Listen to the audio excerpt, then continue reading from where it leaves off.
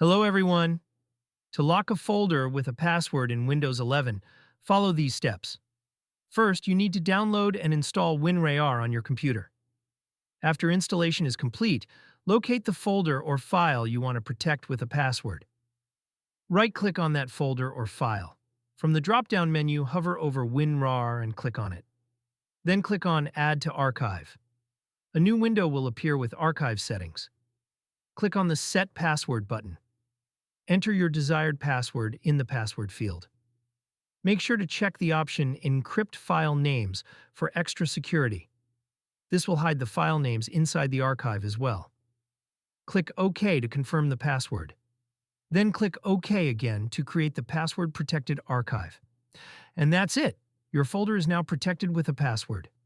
You can safely delete the original folder if you want, since all the files are now secure in the password-protected archive.